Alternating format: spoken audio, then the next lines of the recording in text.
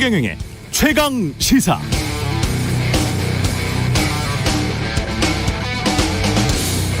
네, 윤석열 대통령 취임사에 대해서 미국의 주요 언론은 어떻게 받아들였나 어제도 잠깐 말씀드렸지만 다시 정리하자면 역시 북한에 대한 입장이 어떻게 변할 것인가에 관심이 집중됐고요. 북한의 비핵화를 추진하겠다는 발언 대부분의 주요 매체 헤드라인이었습니다. 블룸버그는 특히 취임 기사에 이런 제목을 달았는데요. 윤, 평양과 베이징에 강경 노선의 신호를 전달했다.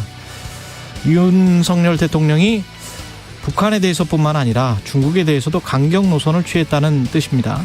블룸버그가 주목한 이 부분에 대해서 워싱턴 포스트도 주목했고요. 취임사의 어떤 부분이었을까요? 이 비슷한 해석을 내놨는데 기사 내용을 번역하면 이렇습니다. 비록 윤 대통령이 중국에 대해 언급하지 않았지만 보편적 가치인 자유인권을 적극적으로 보호하고 증진시키겠다고 약속했다. 이 부분, 미국 주요 언론이 주목하는 부분, 똑같이 미국도 중국도 주목하고 있다는 사실 잊지 않아야겠습니다. 참고로 미국 외교의 상징적인 인물인 헨리 키신저 박사는 최근 영국 파이낸셜 타임즈와의 인터뷰에서 미국이 우크라이나전으로 러시아를 너무 강하게 몰아붙여 러시아와 중국이 합계 적으로 돌변하는 것, 그래서 미국에 대항하는 것은 유의해야 한다고 말했습니다. 러시아와 중국을 떼어놓는 게 미국 국익에 유리하다는 뜻입니다.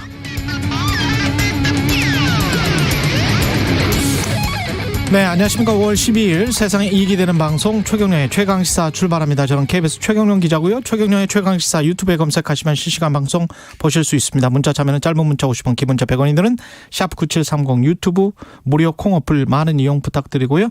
오늘 인터뷰 국민의힘 성일종 정책위 의장, 더불어민주당 윤호중 비대위원장 만납니다.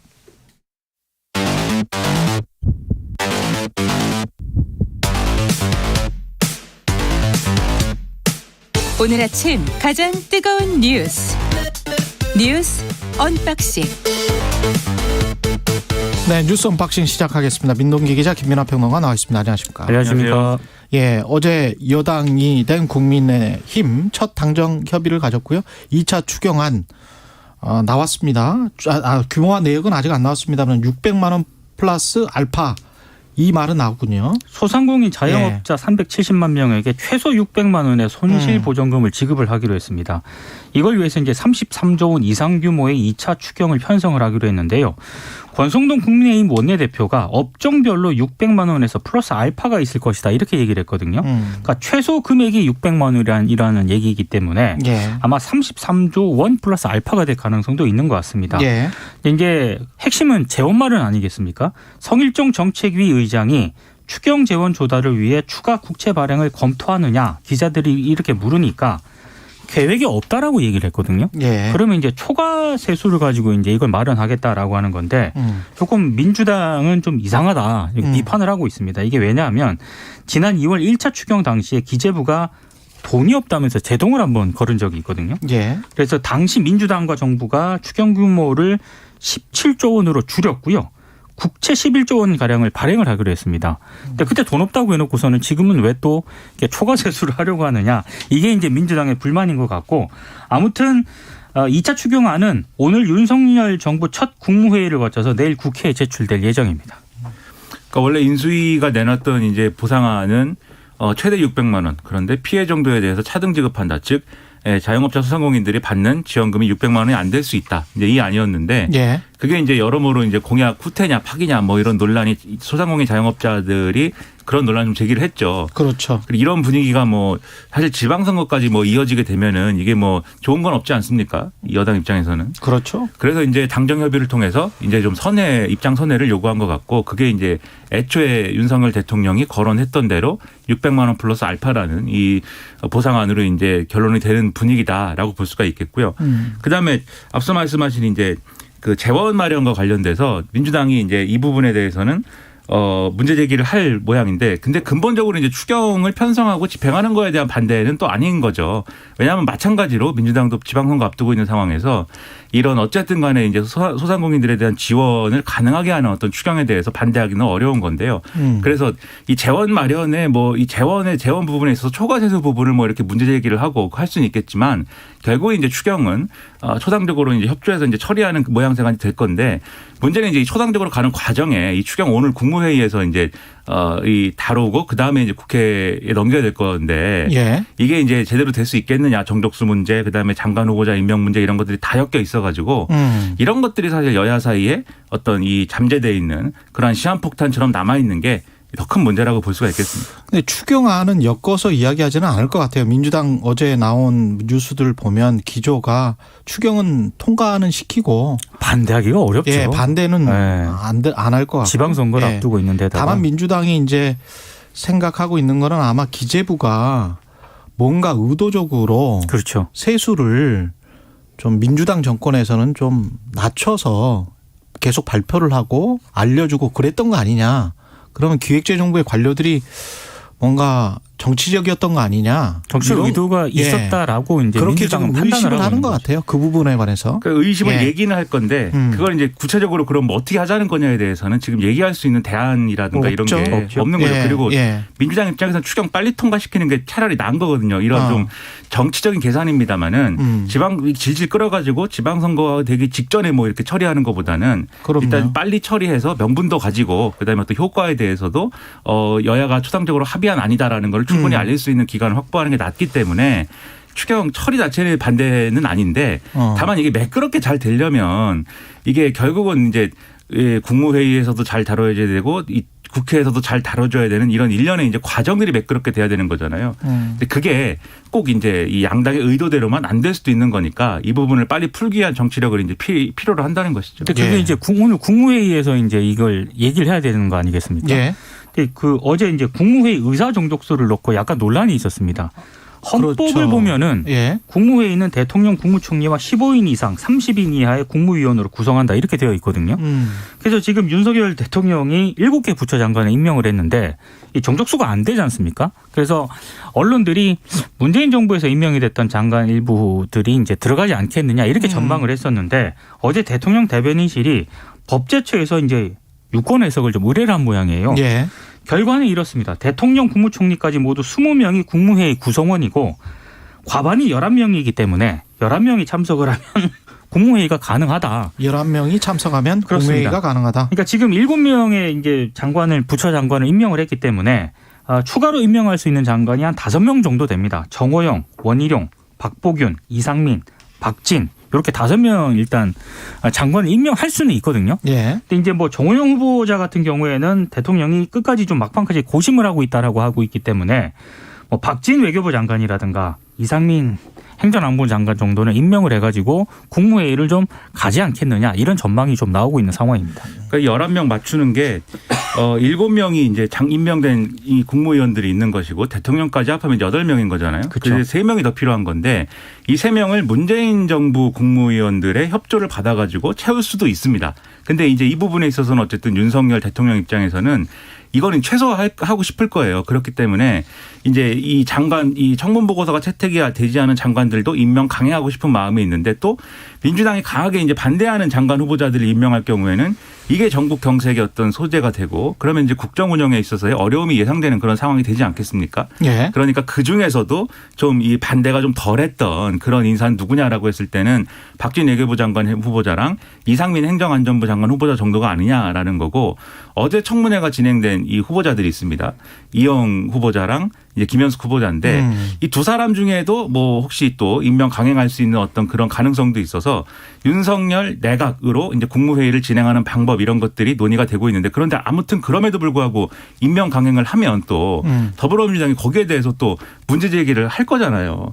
그러면 또 이게 아무튼 이 전국 경색의 어떤 씨앗이 또 되는 것은 맞기 때문에 그래서 지금 오늘 오전까지 상당히 어떻게 할 것인지에 대해서는 윤석열 대통령이 고심을 할 걸로 보입니다. 그러니까 둘 다 이 좀 약간 정치적인 생각을 하고 있는 것 같아요. 그러니까 국민의힘이나 윤석열 대통령 쪽에서는 강행이라는 그 단어가 좀 덜 나왔으면 좋겠다. 그렇죠. 그리고 민주당 입장에서는 총리 인준까지 막으면서 정권 초기에 안착되는 거를 좀 방해하는 게 아니냐. 그런 어떤 둘 다의 책임론이 있을 수가 있기 때문에 그 두 개의 책임론으로부터 각각 회피하기 위한 시간 벌기 전술 같기도 하고. 그러니까 둘 다 당신이 먼저 해라. 당신이 강행해라. 당신이 먼저 강행 저지해라. 뭐 이러는 것 같은. 그러니까 여야 입장에서 모두 예. 지금 부담인 게 예. 지방선거를 앞두고 있잖아요. 그렇죠. 어느 쪽이든 뭔가 강행을 한다라고 하는 것 자체가 여론에 부정적으로 작용할 수도 있기 때문에 그런 것 같아요. 그걸 굉장히 부담으로 여기는 것 같습니다. 그러니까 예. 예를 들어서 파국으로 간다라고 했을 때는 윤석열 대통령은 민주당이 반대하는 장관 후보자들까지 다 임명하는 것이고 네. 그리고 민주당은 한덕수 총리 후보자 인준안 부결시켜 버리는 것이고 그렇죠. 이게 이제 파국으로 가는 건데 네. 이제 총리 후보자 임명 동의안 부결된 사례가 뭐 아주 옛날에는 뭐 있었는데 이게 김대중 정권 때 장대환, 장상 후보 총리 후보자들 맞아요. 인준이 맞아요. 부결된 거 예. 이외에는 사실 없거든요. 이게 부결이 된 건 없어요. 뭐 그렇죠. 자진 사퇴를 하거나 뭐 이 투표가 장기화되거나 뭐 이런 적은 있지만 그래서 이렇게 부결시키는 거는 민주당이 부담스러울 수밖에 없는데 그럼 민주당이 이제 언론에 대고 하는 얘기는 이런 얘기입니다. 뭔가 대통령이 협치에 대한 의지를 보여주고 그런 걸 보여줘 가지고 이렇게 좀 배려를 해주면 또 명분을 주면 모르겠다라는 것에 대한 어떤 이 코멘트들이 있어요. 그런 것 같아요. 지금 그런데 여기에 네. 대해서 또 얘기를 할 때도 또 반대되는 어떤 생각들이 있는 게 취임사에서 이제 뭐 반지성주의나 이런 거를 얘기해서 우려를 자극하고 있다라는 게 또 민주당의 목소리인데 제가 볼 때는 뭐 반지성주의라는 말을 뭐 민주당 막 이렇게 비난하려고 쓴 뭐 문구라든가 이렇게 뭐 예단할 필요는 없는 거거든요. 그건 뭐 좋은 얘기다라고 할 수도 있는 건데 그래서 방법 이 돌파구를 찾는 것에 좀 양쪽 모두가 힘을 쓰는 게 필요하고 예. 서로 자극이 될 만한 것은 자제하는 것을 넘어서서 이제는 합의에 이르러야 된다 이런 생각을 안 할 수 없는 거죠 지금은. 김성애 대통령실 종교다문안 비서관 자신의 과거의 발언에 관해서는 사과를 했는데 사과도 좀 특이하네요. 사과 자체가 또 논란을 좀 빚었습니다. 동성애 혐오 일본군 위안부 피해자 비하 발언으로 논란이 됐는데요. 일단 동성애는 흡연자가 금연 치료를 받듯이 일정한 치료에 의해서 바뀔 수 있다고 생각한다 이렇게 얘기를 했습니다. 물론 사과를 하면서 이렇게 얘기를 했는데 예. 이게 사과냐 이런 비판이 나오고 있고요. 그리고 일본군 위안부 피해 배상금을 밀린 화대라고 표현한 것에 대해서는 지나친 발언이었다고 생각한다. 깨끗이 사과드린다 이렇게 입장을 밝혔습니다. 그러면서도요. 페이스북에 이 사과문을 올렸는데 서두에 일부 언론들이 자신에 대해서 집요하게 파헤치고 있다. 그동안 자신이 내로남불 586 세력과 종북 주사파에 대해서 지속적으로 비판을 해왔던 것에 대한 안갚음이라는 생각이 든다. 또 이런 부분을 언급을 해서 역시 아까 잠깐 말씀드린 대로 이게 지금 사과냐 이런 비판이 나오고 있고요. 자신을 비판하는 사람은 다 내로남불 586 세력과 종북 주사파예요? 뭐 일부 언론들이 이제 그런 관점을 가지고 자신에 대해서 공격을 하고 있다라고 생각을 하는 것 같고, 예. 근데 이제 사과가 중요한 게 아니고 KBS가 이제 보도한 내용인데, 새로운 논란이 나왔습니다 또. 그러니까 하버드대 램지어 교수가 일본군 위안부 피해자를 자발적 매춘부로 규정을 해서 지난해 거센 비판을 받지 않았습니까? 발칵 뒤집어졌었죠. 그때 예. 이제 한국 다문화센터장이었거든요. 김성애 비서관이. 근데 SNS에 글을 올렸는데 이런 글을 올렸습니다. 조선시대 절반 여성이 성노리개였다. 일본군 만행에 대한 분노의 절반만큼이라도 조선시대 노예제에 대해서 탐구하고 분노하자. 이런 글을 올렸고요. 이걸 개인 SNS에 올렸는데 한 보수 매체가 이제 김 비서관 동의를 얻어가지고요. 인터넷 칼럼으로 또 게재를 하기도 했는데 KBS가 이제 당연히 취재를 하지 않았겠습니까? 예. 본인 반론을 좀 들으려고 했었는데 내용만 확인을 하고 답변을 안 했다고 합니다. 이분은 기본적인 소양이 없는 분이에요. 이게 뭐 이 지금 이분 역사가 아니죠.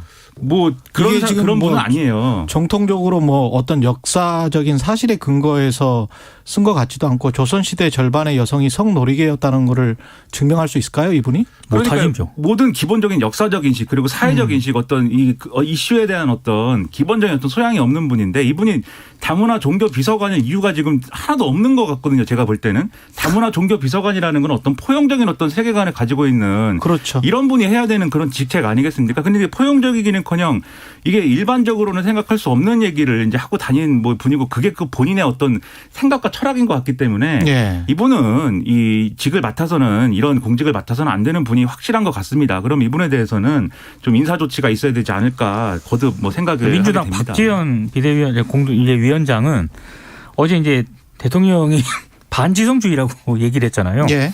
김성애 비서관이야말로 반지성주의다 뭐 이렇게 비판을 하기도 그렇죠. 했습니다. 반지성주의입니다. 네. 예. 그리고 이거는 당연히 이런 질문이 나올 수밖에 없어요. 누가 추천을 했고 제대로 인사검증을 했는지 윤석열 대통령도 같은 생각인 건지 같은 생각에서 이런 사람을 임명을 하는 건지 그러니까 계속 놔둘 건지. 대통령과의 접점이 없는 네. 상태에서 그 대통령의 부인에 대한 어떤 찬양 글을 쓴 적이 있거든요. 예. 그래서 김건희 씨의 어떤 그런 인맥이 아니냐라고 일부 언론이 의혹을 제기한 그런 상태입니다. 또 극우 개신교계의 어떤 뭐 그런 인맥일 수도 있는 것이기 그렇죠. 때문에 이런 거는 초기에 정리를 해야 됩니다. 안 그러면 나중에 정권의 부담이 상당히 될 수밖에 없어요. 그게 나을 것 같습니다. 예. 윤석열 정부의 성공적인 안착을 위해서도 그게 나을 것 같고요. 한 가지만 더 이재명 민주당 상임 고문이 지금 총괄선대위원장으로 선임됐네요. 어제 이제 선거대책위원회 네. 출범식에 참석을 했고요. 총괄선대위원장으로 선임이 됐는데 본인에 대해서 방탄용 출마라고 국민의힘이 비판을 하지 계속 않습니까? 비판을 하고 있죠. 여기에 대해서 물도 들어있지 않은 물총이 왜 두렵냐, 걱정하지 않아도 된다 이렇게 얘기를 하고 있습니다. 그거는 본인이 이제 이 거리낄 게 없다. 수사나 이런 것들은 거리낄 게 없다는 이제 주장인데, 근데 이거 이재명 고문의 이제 그것도 주장과 인식이지 않습니까? 예. 그래서 국민들이 혹시 이런 부분에 대해서 여러 가지로 의심이나 이런 것이 있다라고 하면은 그걸 적극적으로 또 해소해 줄 수 있는 이런 행보나 이런 것도 필요한 거거든요. 예. 그래서 지금 현안에 대해서 수사 들어간 거에 대해서 적극적으로 설명하고 해명을 하는 어떤 과정을 갖든지 아니면 이제 국민의힘이 주장하는 대로 뭐 불체포 특권이나 이런 걸 내려놓겠다라고 선언하든지 이런 것들이 필요해 보이는데 뭐 아직까지는 선거전이 뭐 덜 뜨거워진 상황이니까 예. 앞으로 뭐 그런 얘기도 나오는지 지켜보겠습니다. 뉴스 언박싱 민동기 기자 김민아 평론가였습니다. 고맙습니다. 고맙습니다. KBS 1라디오 최경영의 최강시사 듣고 계신 지금 시각 7시 36분입니다. 출근길 날씨 정보입니다. 지금은 선선한데요. 낮에는 서울이 28도, 광주 26도, 대구 24도, 강릉 19도 등으로 서쪽 지역의 기온이 어제보다 크게 올라 덥겠습니다. 큰 일교차를 주의하시기 바랍니다. 오늘 중부지방은 구름이 많이 끼겠고 남부지방은 대체로 흐리겠습니다. 오전까지 제주도와 경상도 해안에는 5mm 안팎의 비가 조금 내리겠고요. 오후에는 전남과 경남 내륙에 소나기가 내리는 곳이 있겠습니다. 현재 서울의 기온은 15.7도입니다. 날씨 정보 송소진입니다. 이어서 이 시각 교통 상황을 KBS 교통정보센터 정현정 씨가 전해드립니다. 오늘 하루 이슈의 중심. 당신의 아침을 책임지는 직격 인터뷰. 여러분은 지금 KBS 1라디오 최경영의 최강시사와 함께하고 계십니다.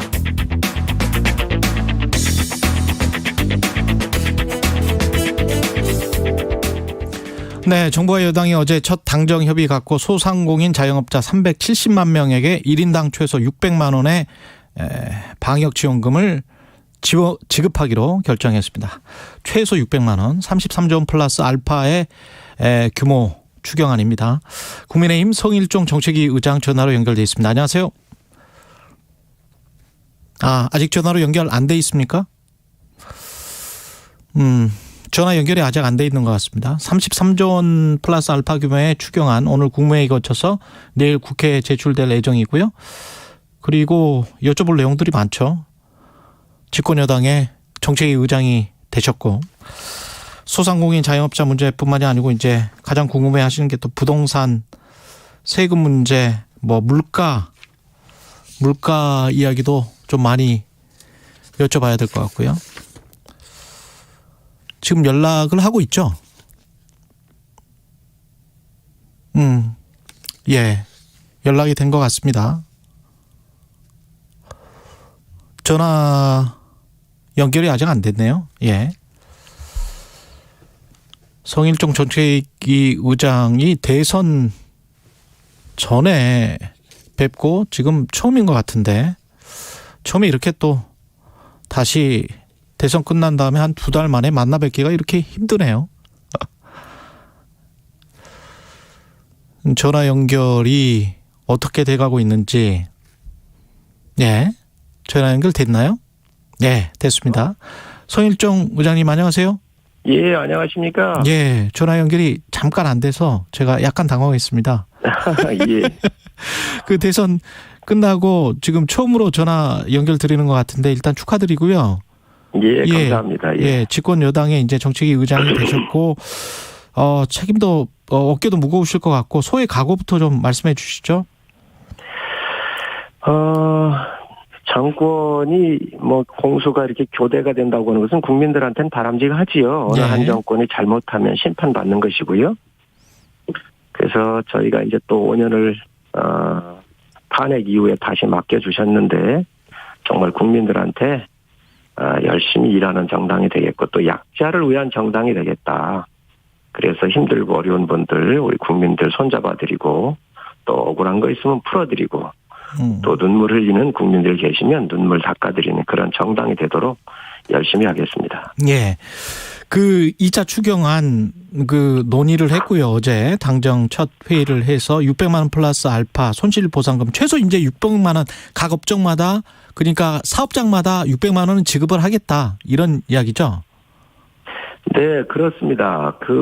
이번 추경은 윤석열 대통령께서 대선 기간에 약속하셨던 것들을 이행하신 그런 큰 의미가 있고요. 예. 또 이번에 추경은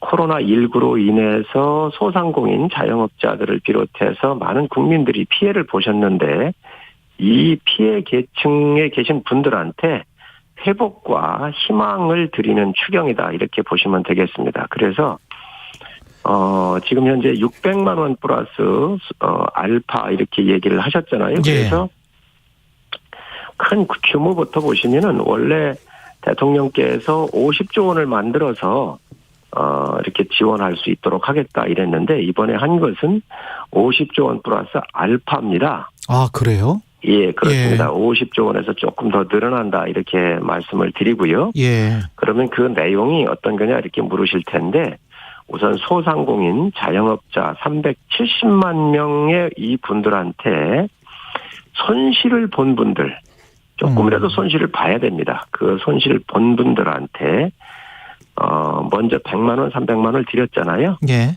그래서 이번에는 일괄적으로 600만 원을 드리게 됩니다. 그리고 이 600만 원 플러스 알파 조금 더 받으시는 분들이 계세요. 예.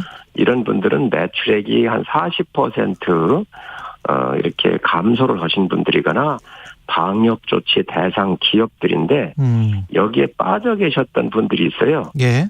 여행업이라든지 그렇죠. 공연 전시업 예. 이런 분들을 이번에 더 추가해서 좀 넣어달라고 요청을 했고요. 그리고 이제 두 번째로는 손실 보상률입니다. 지금 예. 작년 7월에 손실 보상법이 통과가 됐잖아요. 예. 예, 그래서 법이 통과됐는데 이 보상률이 90%였던 것을 100%로 올렸고 기본으로 50만 원씩 드리던 것을 100만 원씩 올려서 이렇게 드릴 수 있도록 요청을 했고요. 또 세 번째로는 사각지대에 계신 분들이 계세요. 법인 택시, 전세버스, 예. 노선버스, 예. 보험 설계사라든지 문화예술인 이런 분들한테 좀 혜택을 좀 드려야 되겠다. 왜냐하면 이분들이 그렇죠. 승객이 감소하거나 공연을 못하고 또 예. 보험을 모집을 못해서 피해를 많이 보셨어요. 예. 그래서 이분들에 대해서 지원을 좀 해야 되겠다 요청을 했고 또 225만의 취약계층에 계신 분들이 계십니다. 그래서 긴급 생활 생계 지원 자금이라 그래서 예. 75만 원에서 예. 4인 가족 75만 원에서 100만 원 사이를 좀 더 드렸으면 좋겠다 해서 꼭 드려야 될 돈들이지요. 그래서 지원을 했고요. 또 물가 상승으로 인해 가지고 굉장히 어려움을 겪고 계신 분들이 계십니다. 예. 그래서 농업인들이 비료값이 상승했고 사료값이 상승해서 굉장히 고통을 겪고 계세요. 이분들에 대한 지원 그리고 전에 산불이 나가지고 피해 받으셨던 해당 지역에 계신 분들에 대한 이러한 추경이 되겠습니다. 그렇군요. 아, 굉장히 광범위하네요. 제가 쭉 들어보니까. 근데 370만 명이 꼭 손실을 봐야 된다 이렇게 말씀을 하셨는데 그 손실이라는 거는 그 기준이 어느 해인가요? 2019년인가요? 2020년인가요? 그렇습니다. 코로나가 나고 나서 예. 그 이후에 손실 본 분들에 대해서는 예. 이번에 600만 원을 더 드리는 것이죠. 그럼 손실의 기준이 뭐냐? 국세청에 자료가 다 있습니다. 자료가 있으니까 그 기준 그렇습니다. 가지고. 예.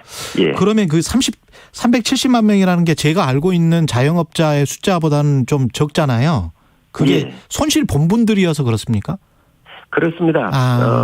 그 국가적 그 데이터에 보면 예. 그분들이 물론 여기에 억울하게 못 들어오시는 분도 있을 거라고 생각을 하지만 예. 국가가 이러한 국가의 자금이 나갈 땐 어떤 근거가 있어야 되지 않겠습니까? 그렇죠. 그래서 그런 것들이 국세청의 DB에 있는 그런 기준으로 했음을 말씀을 드립니다. 그리고 아까 그 손실 보상률 말씀하실 때 기본 50만 원을 100만 원으로 올린다. 기본 금액이죠. 예, 기본 금액. 이 100만 원이 아까 말씀하신 600만 원에 포함되는 겁니까? 아니면 따로 아닙니다. 따로입니까? 예, 그거는 저 포함이 안 되는 겁니다. 아, 그래요? 그러면은 예. 600만 원 플러스 알파 뭐 700만 원 뭐 800만 원 이렇게 될 수 있겠네요. 이 보정률이라고 하는 예. 작년에 법이 이제 그 통과가 됐잖아요. 7월에. 예. 그래서 작년도분은 이미 지급이 됐습니다. 예. 또 작년도분은 지급이 됐고 또 올해 부분은 또 예산에 또 반영이 되어 있지요. 예. 그런데 그 반영되어 있는데 그 반영을 할 때 기본 금액을 50만 원으로 책정됐던 부분이니까 예. 다시 100만 원 올렸으니까 그 추가되는 50만 원이 더 추가됐다 이렇게 이해하시면 될 것 같습니다. 예, 알겠습니다. 그리고 그 야당은 민주당은 최대한 협조하겠지만 천문학적 초과 세수는 심각한 문제다. 왜 이게 그 초과 세수가 이렇게 많았는지 의아하다. 정치적 의도가 있었던 거 아니냐. 기재부에 관해서 이제 비판을 하고 있는 것 같은데 어떻게 생각하세요? 협조는 최대한 받을 수 있을 것 같습니까? 비난을 하는 이유를 전 잘 모르겠어요. 그 문재인 정부에서 다 초과 세수가 이루어진 일들입니다. 작년도에는 61조의 초과 세수가 있었거든요. 예. 이제 올해의 초과 세수가 53조 원 정도가 더 늘어날 것으로 예상을 하는데요. 예. 작년에 초과 세수가 늘어나서 추경하고 썼지 않습니까? 그렇죠. 올해 53조 원 더 늘어나는데 박홍근 대표께서 이 부분이 국가 기강을 흔드는 일이다 이렇게 얘기를 하셨는데 이거 다 추가 세수가 예측을 한 게 문재인 정부 홍남기 부총리 체제 하에서 한 겁니다. 그렇죠. 정권을 인수받은 지가 뭐 5월 10일 뭐 이틀 전인데 이거를 저희가 추계한 게 아니지요. 그런데 이 부분에 대해서 왜 그런 말씀을 하시는지 도저히 이해가 안 간다는 말씀을 좀 드리고요. 예. 이 53조 원이 늘어난 것은 지금 현재 그 법인세가 한 29조 정도가 늘어났고요. 예. 그리고 양도세라든지 이런 부분에서 한 20조 정도가 늘어났고요. 또 부가세에서 약간 늘어나서 여기 전체적으로 53조입니다. 예. 그래서 아마 물으시는 의도가 그러면 추경을 이번에 예. 이렇게 33조 플러스 알파지요. 이번 거는요. 먼저 예. 2017조를 했으니까. 예. 그러니까 재원에 대해서 아마 물으신 것 같은데 예. 재원 대책이라고 하는 것은 저희가 지출 구조 조정을 통해서 7조 원 정도를 저희가 나갈 걸 깎아서 예산을 줄여가지고 7조를 만들었고요. 예. 8조는 기금 등을 잘 활용을 해서 이쪽에서 남아있는 것들을 활용했다. 그래서 이게 15조 아닙니까? 예. 나머지는 53조에 이제 추가 세수가 들어왔기 때문에 그 부분에서 저희가 쓰게 된 겁니다. 그런데 거기서 한 23조 정도는 또 법으로 정해져 있는 지방교부금이라든지 교육교부금 같은 경우가 있잖아요. 예. 그래서 그쪽은 아주 법적으로 그렇게 53조 중에서 23조는 이렇게 나가는 돈이니까 제외하고 나머지 돈에서 33조 플러스 알파를 만들었고요. 그러고 나니까 한 9조 정도가 돈이 남아요. 그래서 네. 지금 1,000조 원이 넘는 국채 상환으로 저희가 돌려서 예. 지금 50.1%의 국가 부채 비율을 49.6%로 이렇게 낮추도록 국가 부채를 갚았다는 말씀을 드립니다. 오히려 돈이 남아서 국채를 갚았다. 예. 채무를 갚았다. 추가 세수가 들어왔기 때문에 나머지 빨리 갚아서 국가의 재정 비율을 부채 비율을 좀 낮춰야지요. 지금 있는 돈이네요. 그러면 이게 이제 세수가 더 들어왔기 때문에 예. 저는 살림을 가능하면 좀 아껴서 쓰고 예. 미래 세대를 위해서 국가의 부채 비율을 줄이는 게 맞다고 생각을 합니다. 예. 이 추경을 한 53조를 그러면 언제 지급은 어떻게 되는 거죠? 자영업자들에게? 네, 지금 이제 그 여야 예결위 간사끼리 협의를 좀 했고요. 예.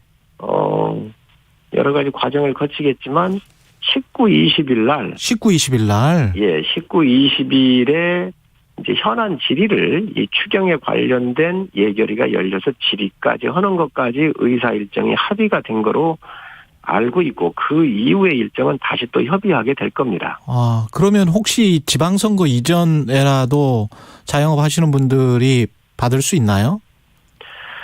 가능하면 빨리 하루라도 시급한 사항 아닌가요? 네. 지금 이 현장에서 일하고 계신 분들이 굉장히 어려우시기 때문에 저는 하루라도 빨리 드려야 된다고 보고 또 민주당도 여러 차례 추경을 할 때 하루라도 빨리 한다라고 하는 늘 스탠스를 가지고 있었습니다. 그렇기 때문에 아마 민주당이 가려고 하는 방향하고 똑같은 거 아닌가 생각을 합니다. 예. 그 물가에 대한 걱정은 많은데 이 추경 돈이 좀 풀리는 것과 물가는 아무 상관이 없을까요? 어떻게 보십니까? 왜요? 이 시장에 그 돈이 많이 풀리면 예. 물가에 영향을 주지요. 그렇지만 지금 이 코로나로 인해서 또 정부에 의해서 방역 조치가 내려졌고 협조하셨던 많은 분들이 피해를 보고 바로 회복과 희망을 드려야 되기 때문에 이 물가보다도 더 피해 계층에 대한 지원은 더 다급한 일이기 때문에 서두르는 게 맞다고 생각을 합니다. 지금 정부의 부동산 정책에 관해서 관심이 많고 기대도 많은 것 같습니다. 사람들이. 그 세금이나 뭐 이런 것들은 어떻게 지금 방향을 잡아가세요? 종부세, 양도세 뭐 이런 것들. 아직 당정 간에 이 부분에 대해서 협의가 된 거는 없습니다. 예, 없지만 지금 말씀 주시는 의미는 양도세나 종부세의 방향이 어떠냐 이렇게 물으시는 거잖아요. 이 부분에 대해서는 지금 현재 특히 종부세에 대해서 물으시는 것 같은데 종부세는 여든 야든 주택을 한 채 갖고 이런 분들이 많은 세금을 내고 있기 때문에 또 지금 중과가 되어 있는 부분이 있어서 이 부분에 대해서는 하여튼 좀 우리가 세에 대한 부담을 좀 낮춰보자라고 하는 쪽에 여야가 방향성은 같은 것 같습니다. 여야가 방향성 같다. 종부세 관련해서. 양도세는 어떻습니까? 다주택자에 대한 양도소득세 이게 중과하는 게 1년 이제 한시 유예가 실시됐잖아요. 그렇죠?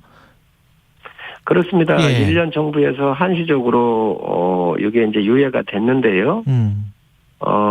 이 부분에 대해서도 이 부분은 이제 부동산 시장하고 다 연결돼 있는 거 아니겠습니까?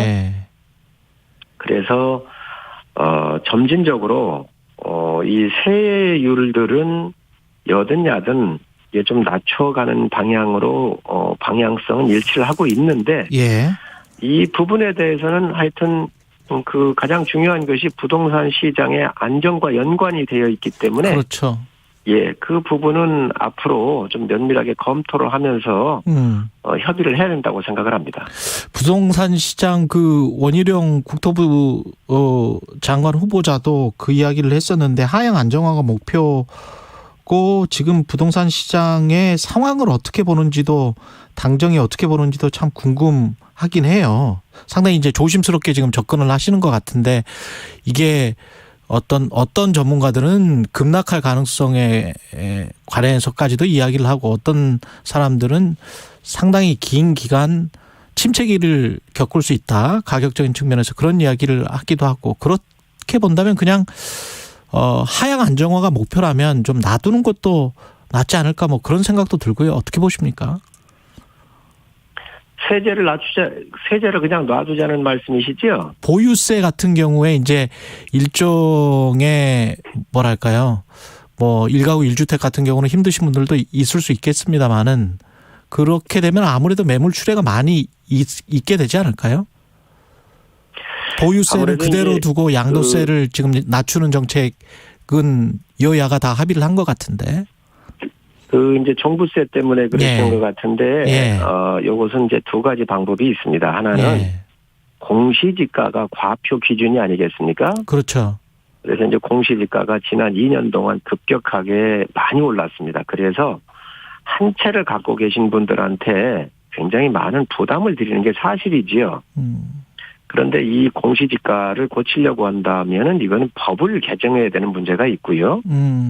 또 하나는 공정시장 가격 비율이라고 그래서 요게 이제 지금 현재 문재인 정부에서는 이 비율을 95%에서 100%까지 올리겠다. 이게 이제 문재인 정부의 맞아요. 제시했었던 그 방향성이었거든요. 예. 근데 요거는 시행령으로 좀 조정을 할 수가 있기 때문에 이 공정시장 가격 비율을 95%에서 예를 들면 90%로 낮춘다든지 또 뭐 85%로 낮춘다든지 이런 것들은 시행령에 의해서 시장 상황을 보아가면서 그 부분들은 조절할 수가 있습니다. 그러나 알겠습니다. 여기까지. 이 부분에 대해서도 예. 여야가 방향성은 국민의힘 성일정 정책위 의장이었습니다. 이번 정류소는 창무라인 대주입니다. 다음 정류소는 518 자유공원입니다. 2022 KBS 연중기부 기억을 기록하다.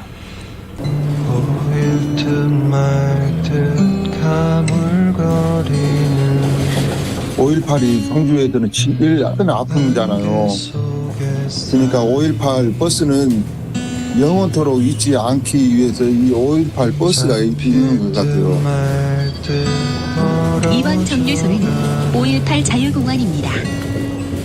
상무지구에서 출발해서 5.18 문화회관을 거쳐서 광주 아시아 문화의 전당, 옛날에는 도청이었어요. 또 3.1운동 유적지로 지나서 4.19 혁명 발상지로 해서 5.18로 이렇게 이어지는 버스 노선이에요. 마지막에 5.18 묘역을 지나서 망월동으로 해서 종점까지 가거든요. 망월동이나 이렇게 보고 보면 묘역들이 엄청나게 많이 있어요. 이분들이 진짜로 우리나라의 민주주의를 위해서 희생되신 분이다 하면서 다음 정류소는 국립 518 민주묘지입니다. 5.18 버스는 현재 달리고 있지만은 우리의 역사를 잊지 않고 현재를 오가고 있습니다.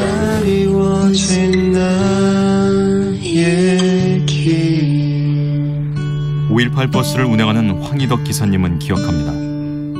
누군가 목숨을 건 희생이 없었다면 누릴 수 없는 지금의 자유. 광주의 아픔에서 출발한 버스는 그들에게 진 빚을 갚기 위해 매일 성묘길을 달립니다. 당신과 대한민국의 기억, KBS가 기록합니다.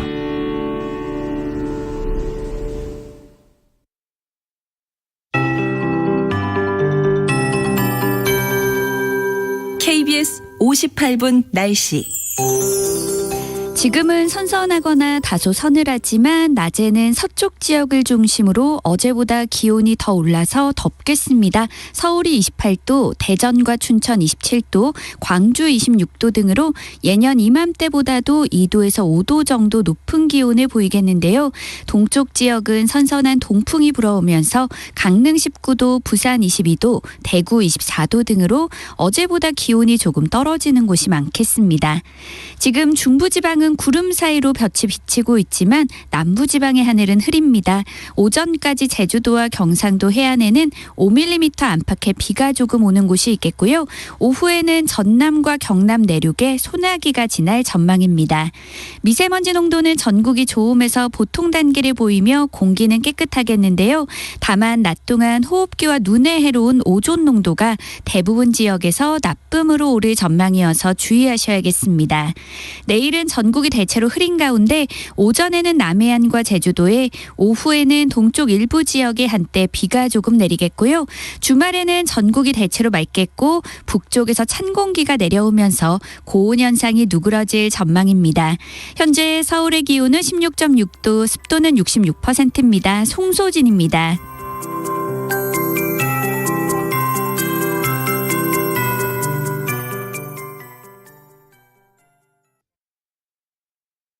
정성을 다하는 국민의 방송 KBS가 8시를 알려드립니다. AM 711kHz, FM 97.3MHz KBS 1라디오입니다. HLKA.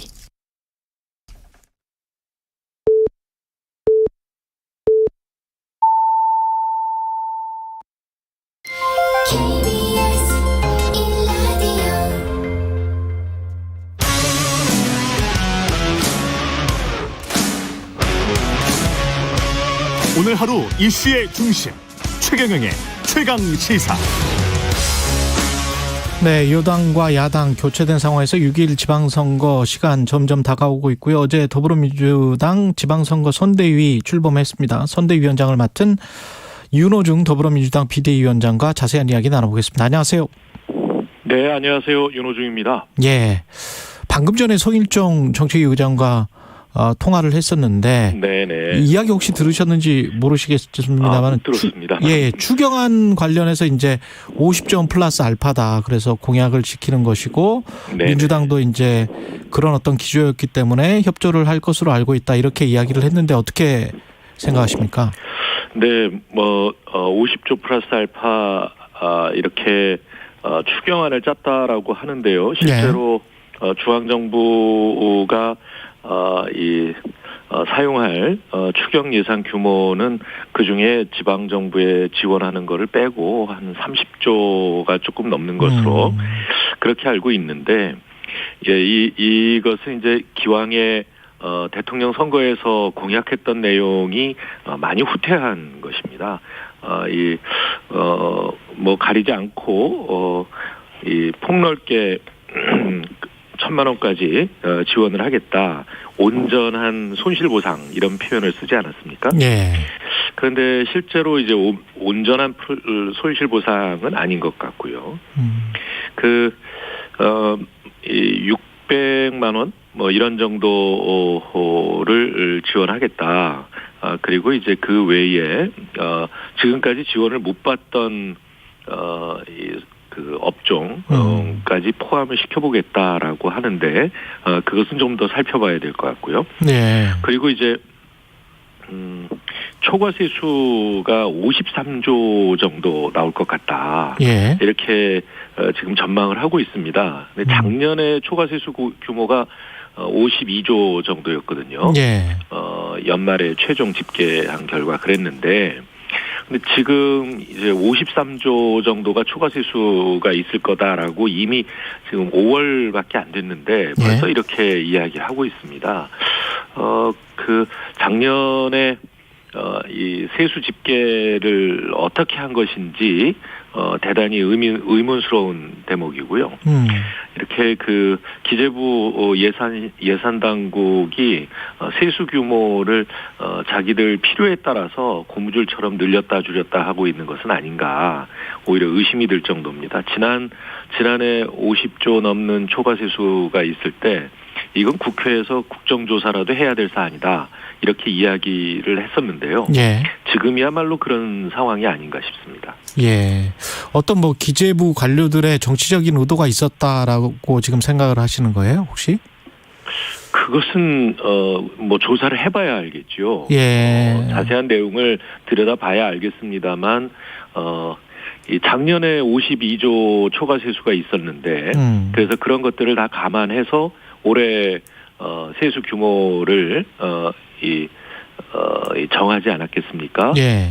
그것을 놓고 이제 지난번에 추경도 했고요. 예. 그런데 그렇게 추경을 하고도 53조의 초과세수가 또 나온다. 이것은 좀 이해할 수 없는 상황이 아닌가 싶습니다. 예. 5월 10일부터 윤석열 대통령 취임했고 정부가 시작이 됐는데 그동안 취임사랄지 그 전에 인선이 있었고요. 어떻게 전반적으로 좀 평가를 해주시고 어떤 부분들이 좀 비판을 하고 계시는지, 야당에서는. 네, 우선 그 취임 일성부터 자유민주주의를 재건하겠다, 이런 말씀을 하셨는데요. 예. 대한민국의 자유민주주의가 무너진 적이 없습니다. 그런데 마치 다 무너진 것처럼 이렇게 가정을 하고 재건하겠다, 그러면서 자유를 무척 강조를 하지 않았습니까? 35번이나 이야기를 했는데, 그 자유는 굉장히 폭넓은 개념이기는 합니다만 윤석열 대통령이 쓰는 자유라는 개념은 매우 편협한 것 같습니다. 그리고 이제 모든 이 문제의 책임을 반지성주의 뭐 이렇게 그 상대방에게 넘기는 듯한 태도를 보였는데 사실 그동안 반지성주의의 이 득을 봐왔던 분은 대통령 본인이시거든요. 남 탓하기 전에 자기 모습부터 거울에 비춰봐야 된다 이렇게 생각하고요. 편견이나 차별 또 혐오의 언어 뭐 이런 것들이 이 민주주의를 해치고 있다라는 이런 말씀을 하시는 건데 예. 그것뿐만 아니라 더 근원적으로 이 빈곤 때문에 이 자유가 이 침해되고 위협받는 이런 것부터 해결을 해야 되지 않겠습니까? 그러려면 양극화 해소라든가 복지 정책 이런 데 대한 관심이 있어야 되는데 취임사를 들어보면 그런 데 대한 내용이 전혀 없습니다. 이런 등등의 문제가 있지 않나 싶습니다. 예. 이를테면 국민 통합 또 그것을 위한 따뜻한 정부의 역할 이런 것들에 대해서 전혀 말씀이 없으신 이렇게 자유를 강조하시는 분들이 주로 하시는 정책 방향이나 이런 걸 보면 사람의 자유를 보장하기보다는 돈의 자유를 주로 강조하는 경향이 있어요. 그래서 이제 뭐 빠른 성장 이런 것들을 또 강조하지 않습니까? 예, 돈의 자유, 자본의 자유만 강조하고 있는 것 아닐까 하는 우려를 하고 있습니다. 예. 그 현안 중에서 한덕수 국무총리 후보자 임명 동의안 이거는 대통령이 지금 1호안건으로 서명을 했는데 민주당의 정확한 입장은 뭔가요? 저희는 한덕수 총리가 많은 부적격 사항들을 가지고 있다 이렇게 판단을 하고 그래서 임명 동의안을 아예 보내지 말아달라라고 하는 입장이었습니다. 그런데 이제 뭐 1호 서명으로 바로 국회에 서명해서 넘겼으니 이제 여야가 이 문제는 논의를 해봐야 되겠습니다만 아직 이 임명안 처리를 위한 본회의 일정을 못 잡고 있는 상황이죠. 뭐 저희들한테 이렇게 야당에게 책임 전가를 하는 것 같은데 사실 실제로 놓고 보면 5년 전 이낙연 총리 임명 때도 20일 넘게 야당이 당시의 야당이 끌었던 거를 보면 자신의 모습을 한번 또 더 되돌아보고 우리 야당의 역할을 주문해야 되지 않을까 이렇게 생각합니다. 어제 윤석열 대통령 첫 출근이 있었고 언론에서는 나온 보도들을 보니까 생각보다는 그렇게 차가 안 막혀서 다행이었다. 뭐 8분 만에 출근했다. 이런 보도들이 나왔었는데 민주당이 보기에는 이렇게 집무실 이전, 관저 이전 이 상황 그리고 이제 출근을 하는 대통령 어떻게 보십니까? 네. 우선 집무실 이전과 관저 이전과 관련해서는 국민과 한마디 상의 없이 의견 수렴도 없이 일방적으로 전격적으로 이렇게 결정을 해서 무리하게 지금 이 국방부와 합참이 이사를 하고 있지 않습니까? 그렇게 무리하게 하다 보니까 2층 집무실이 아직 꾸며지질 않아서 임시 집무실을 지금 5층에 마련해서 쓰고 있는 이런 상황이죠. 지금 이제 곧 한미 정상회담이 예정되어 있는데 한미 정상회담은 도대체 어디서 할 수 있을지 그것도 지금 불확실한 이런 상황입니다. 이렇게 대통령의 그 역할이라고 하는 것을 우리나라에서 대단히 중요하지 않습니까? 가장 많은 권력을 가지고 또 그 행사를 통해서 이 대한민국을 운영해 나가는 위치에 있는데 이렇게 그 집무실을 불안하게 이전한다는 건 있을 수 없는 일이고요. 정말 잘못된 일이라고 봅니다. 그러다 보니까 뭐 8분 걸렸냐, 13분 걸렸냐 이런저런 얘기는 있습니다만 사실 청와대를 사용하면 1분도 지체되지 않을 일을 8분이 됐든 10분이 됐든 대통령의 출퇴근을 위해서 시민들이 어떻든 피해를 입게 됐다라는 것은 주지의 사실 아니겠습니까? 그렇군요. 혹시 국정과제 110대 과제 인수위가 제시한 것들 네네. 기존의 민주당 집권 여당이었을 때 내용과 확 바뀐 것 또는 충분히 협조할 수 있는 것들 어떤 부분들을 주목해서 보셨는지도 궁금하네요. 우선 국정과제의 특징이 뭔지를 모르겠습니다. 없는 것도 없고, 예. 특별히 있는 것도 없어요. 예. 그러니까 저희가 5년 동안 쭉 해오던 정책이 크게 바뀌지도 않았고, 네. 그렇다고 이 윤석열 정부가 들어서서 특별하게 새로 포함된 것도 없기 때문에 사실 그냥 국정과제에 대해서는 그냥 논평할 가치가 없다 이렇게 말씀드리고 싶습니다. 국민의힘은 민간이 이끄는 경제 이걸 굉장히 강조를 하고 있는 것 같은데요. 이게 이제 문재인 정부와의 차별점이다 이렇게 지금 보도도 그런 식으로 나오고 있는 것 같고 어떻게 보십니까? 민간이 이끄는 경제라고 하는 것은 결국 정부의 역할을 최소화하겠다 이런 뜻 아니겠습니까? 그렇죠. 예. 그러니까 국정 과제에 포함이 안 돼 있는 것이죠. 역할을 안 하겠다는 거니까요. 뭘 안 하겠다라고 하는지도 분명하지 않습니다. 실제로 정부의 역할을 안 하다 보면 예. 이런 자산 격차라든가 그다음에 또 소득 격차 그 결과로 나타나는 양극화 문제 이런 것들을 이제 해소할 수가 없는 것이죠.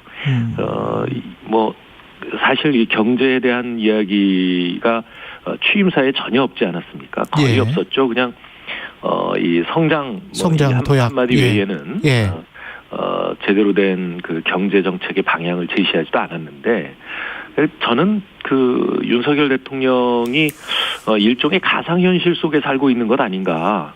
지금 2022년 대한민국에 대해서 이야기를 하고 있는 것인지 그리고 2022년 이 대한민국 정부가 할 일에 대해서 제대로 인식하고 있는 것인지 의문입니다. 근데 성장을 통해서 빈부격차랄지 양극화를 해소할 수 있다. 취임사의 맥락은 그랬었던 것 같은데 거기에 관해서는 어떻게 생각하십니까? 넌센스죠. 넌센스다. 예, 세계 모든 정부가 성장을 통해서 양극화 해소 가능하다 이렇게 믿고 있다면 그것은 이제 한 40년 전으로 돌아가는 겁니다. 네. 그러니까 이른바 시장의 실패를 다시 반복하겠다. 이런 이야기입니다. 시장의 실패는 이미 2008년 국제 금융위기를 통해서 완전히 그 결과를 저희가 보지 않았습니까? 그러니까 제가 가상현실 속에 살고 있는 대통령 같다 이렇게 말씀드리는 겁니다. 지금 국회 현안은 법사위원장 원구성 그다음에 사개특위 여러 가지가 있는데 법사위원장 가지고 이제 여야가 격돌을 하고 있는데요. 바뀐 여야가 위원장님 네네. 입장은 어떤 거세요? 제가 이야기할 사안은 아닌 것 같고요. 예. 전적으로 이제 후반기 원구성 협상을 하게 될 원내대표의 이 일인데요. 예. 저는 여야가 잘 이 협의에 가면서 이 원구성이 조속히 이루어지길 바랄 뿐입니다. 예. 그리고 이제 선거 이야기를 해야 되는데 지방선거의 과반이 아니고 8개가 목표인 겁니까 지금? 광역지자체 단체장? 예. 민주당? 과반이면 완승이다 이렇게 보는 거고요. 최소 경기도를 승리해서 8개 정도를 앞서게 되면 이긴 거라고 볼 수 있지 않느냐라고 하는 게 어제 저희 이제 선대위 출범을 하면서 우리 이 선거 본부장이 이 이야기를 한 내용입니다. 지난번 대선 때가 10대 7이었으니까 8개라는 건 이제 9대 8 정도가 목표다. 국민의힘 네. 9, 민주당 8 이게 목표다라는 것이고 그게 달성이 될 것 같습니까? 선거 끝나고 대선 끝나고 별로 시간이 안 흘러서 게다가 이제 집권 여당이기 때문에 다양한 정책으로 또 민심을 잡을 수도 있을 것 같은데요, 국민의힘이. 네네. 예, 뭐 그런 그 모든 것을 감안해서 이 저희가 힘든 선거입니다만 최선을 다하겠다는 말씀이고요. 예. 예, 우리 후보들이 이 능력 있는 일꾼들이고 또 그 능력을 다 보여왔기 때문에 10군데라는 것은 이제 그 10군데에 우리 단체장, 우리 당 소속 단체장이 있었다는 걸 의미하지 않겠습니까? 예. 예, 저희 당 소속 시도지사들이 지난 4년 동안 이 시도민들을 위해서 열심히 일해왔기 때문에 그런 평가를 받지 않을까 싶습니다. 이재명 민주당 상임고문의 인천 계양을 재보궐 출마, 국민의힘은 이 불체포 특권을 가지기 위한 어떤 방탄, 예, 방탄용 출마다 계속 이 주장을 하고 있잖아요. 예. 네. 저희가 당이 전략적인 선택을 한 것이고요. 또 그 당의 요청에 이재명 후보가 이재명 고문이 이 응해 주신 것을 저희는 대단히 고맙게 생각합니다. 이런저런 비난이 있을 것을 예상했지만 이렇게 무슨 뭐 방탄용 아니냐는 이런 비난까지 받을 줄은 몰랐습니다. 오히려 이재명을 어떻게든 죽여보려고 하다가 그게 좀 어렵게 될 것 같으니까 심통 부리고 있는 것 아닌가 이런 생각이 듭니다. 지방선거의 의미는 뭐라고 보세요? 이번에 6.1 지방선거. 네, 어제 이재명 고문도 말씀하셨지만 이번 지방선거는 이 중앙정부가 앞으로 5년 동안 제대로 못할 이런 일을 이제 지방정부가 해야 되지 않겠습니까? 좀 전에 제가 이 윤석열 정부에 없는 정책들을 말씀을 드렸는데요. 우리 국민들을 지역에서부터 따뜻하게 감싸고 그래서 이 격차 해소하고 양극화 극복하고 그걸 통해서 우리 그 사회의 안정성을 높이는 이런 역할을 지방 정부가 제대로 해줘야 된다. 그런 일을 할 수 있는 민생 일꾼이 필요하다라고 하는 게 이번 선거의 주안점이 아닐까 싶습니다. 아까 특별히 경기도도 강조해서 말씀을 하셨는데 최대 승부처가 누가 봐도 이제 경기도인데요. 네네. 선대위 차원에서 경기도에 뭐 특별히 어떤 승리로 이끌 전략 같은 거는 준비하고 계시나요? 네, 저희는 어제 이 5대 책임 돌봄제를 공약으로 내놨습니다. 5대 책임 돌봄제. 5대 예. 다섯 가지의 책임 돌봄제를 내놨는데요. 그것은 이제 학교 방과 후 돌봄이라든가 예. 또 그다음에 이 유아 돌봄, 그다음에 또 이 환자, 중증 환자에 대한 돌봄, 뭐 이런 등등 해서 장애인과 또 노인까지 이렇게 이것이 이제 국민들의 이 부담이 되지 않도록 이 책임지고 그 지방자치단체와 국가가 그 돌봄을 책임지겠다라고 하는 그런 개념입니다. 이렇게 경기도에 나서는 우리 김동연 후보뿐만 아니라 17명의 우리 당 공천 후보자들에게 이 공통 공약으로 내놨습니다. 이것을 이제 우리가 국회를 통해서 제도로서 뒷받침하겠다. 라고 하는 것인데요. 이 17명의 우리 후보들은 이 지방에서만 이런 공약, 이 책임질 수 없기 때문에 공약을 내놓기가 대단히 어려웠는데, 우리 전국 공약으로 저희가 돌봄 책임제를 내놓음으로써 새로운 정책이 가능하게 됐다 이런 말씀드립니다. 알겠습니다. 여기까지 하겠습니다. 윤호중 더불어민주당 비상대책위원장이었습니다. 고맙습니다. 네, 감사합니다.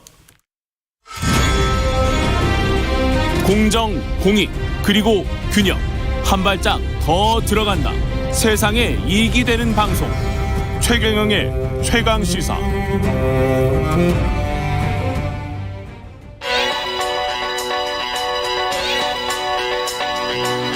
최강시사 전민기의 눈. 네, 전민기의 눈 한국인사이트 연구소 전민기 팀장 나와 있습니다. 안녕하십니까? 네, 반갑습니다. 전민기입니다. 예.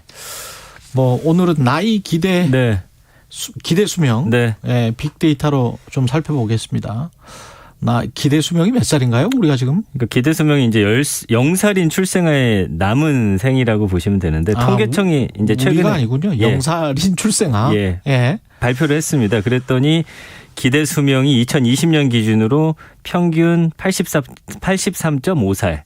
남자가 80.5, 여자가 86.5. 그래서 여성이 대략 남성보다 6년 정도 더 사는데 일단 남자도 80세를 넘겼다라는 게 좀 이제 우리가 정말 이제 오래 사는구나 느낄 수가 있는 부분인 것 지금 같습니다. 태어나는 아이들은 평균 83세까지는 살 수 있다. 근데 이제 이게 보니까요.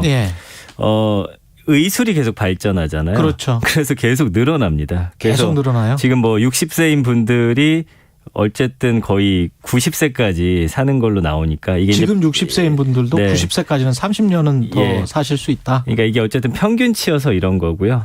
좀 들여다볼 부분들이 있습니다. 이게 지금 과거에 비해서 말씀하신 대로 엄청 늘었죠. 1970년을 보니까 남자가 58.7세예요. 58.7세? 예, 여자가 65.8세. 평균 62.3세였거든요. 50년 사이에 21.2년이 늘어났죠. 해마다 한 평균적으로 0.4년 정도가 늘어난 건데 이 무엇보다 소득 증가, 기술 인프라가 이제 영아 사망을 좀 크게 줄인 이유가 있고요. 근데 이제 이 초고령 사회로 향하고 있는데 이런 어떤 기대 수명 지표가 사실은 이 정확한 실체를 보여주는 데는 한계가 있다. 때로는 왜냐하면 이게 좀 과소하게 추정치이기 때문에. 그래요?